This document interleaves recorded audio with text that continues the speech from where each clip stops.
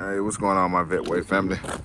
I'm just standing outside the trailer yard, and I just got back from a Nashville run, and as you can see, I'm in the Ram. A few things have been going on here lately, and it's been crazy. I'm just now getting the time to talk about it. But if you watch my last YouTube video, you'll see that I had 2 flats in one day. So that was a little bit of a frustrating day. And what I hadn't told y'all is about a day and a half, maybe a day, 2 days after that, on my next transport, I had a whole wheel come off of my trailer. I did my normal pre-trip that morning. Everything appeared to be okay. You know, none of my lugs looked loose. There was no shiny threads. You know, nothing appeared to be out of order. But on that particular day, on my way back home, fully loaded with 4 vehicles, not today, but that day, that wheel and tire came off of my trailer. First, I heard a thump.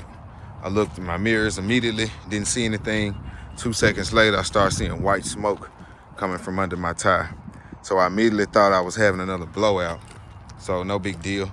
I was gonna pull on over and stop the truck and deal with it from there. But that wasn't the case. Immediately after the white smoke, the rim jumped off the trailer, and was rolling down the street, damn near beside me. So I'm just looking at it, hoping and praying that it doesn't hit anything.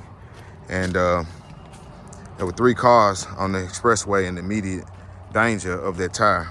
First car swerved, ooh, missed it. Second car swerved, ooh, missed it. So I'm like, cool. The third car tried to swerve, blues, hit it in the front. Hit the front of that lady's car with the tire. So that was terrible. So prior to that, I immediately pulled over. She pulled over. It ended up being very minimum damage. It was like, almost like, let's see, I got some diesel on the side of my truck. I can explain it a little bit better. It was just rubber on the front of her truck, the front of her car. And I could just scrape it off with my nail, just like that. But they wanted to call the police, in which they should, and you know, and try and get a police report. I wanted to settle with them on the side of the road. So I offered them X amount of dollars. Said, no, we're still gonna call the police. So police got there, long story short, there were 3 guys, they were really cool. And I told them what was going on, and I told them that I tried to reconcile on the side of the road. And you know, I didn't want any points on my insurance or on my driver's license or anything like that. So the cops were cool. They went up there, they was like, well, let me talk to her. We'll see what we can do. So he said, but in the meanwhile, just go ahead and get your paperwork ready. Now, mind I tell you, these weren't DOT officers. These wasn't state troopers. They were just regular city police. So I got my paperwork together. They went up there and talked to the lady. She didn't speak very good English, so they were having to translate. So about 5 minutes later, they came back to me. They was like, well, she's willing to work out a deal. We can go up here with you and make sure everything goes okay. So I went up there and I paid her $500 on the side of the road, and I chained my axle up and I kept going. That was best case scenario for a situation like that. You know, that could have easily been 3 or 4 car pileup, or, you know, that tire's going through someone's windshield, or all of her airbags could have deployed in her car. Anything worse. That was best case scenario. So I was a little frustrated at first, but because I had to deal with the whole situation. But it ended like I said, when I thought about it in the end, that's best case scenario for a situation like that. You never know what's gonna happen out here. So when immediately, like I said, I chained my axle up.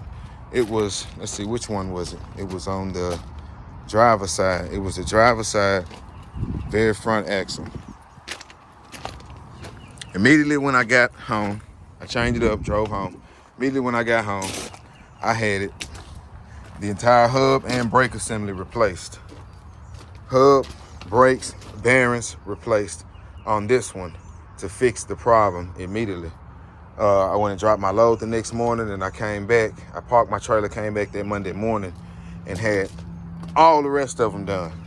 So I have now brand new drums, brakes, bearings, let's see, everything.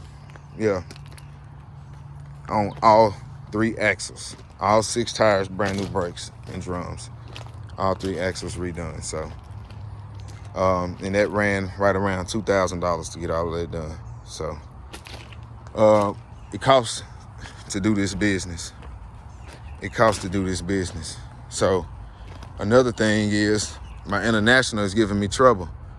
She fires up good on a cold start, and once she's warmed up, she takes forever to crank back up. And I stopped driving it and sent it to the shop. Actually, I'm sending it to the shop first thing in the morning. I already have an appointment.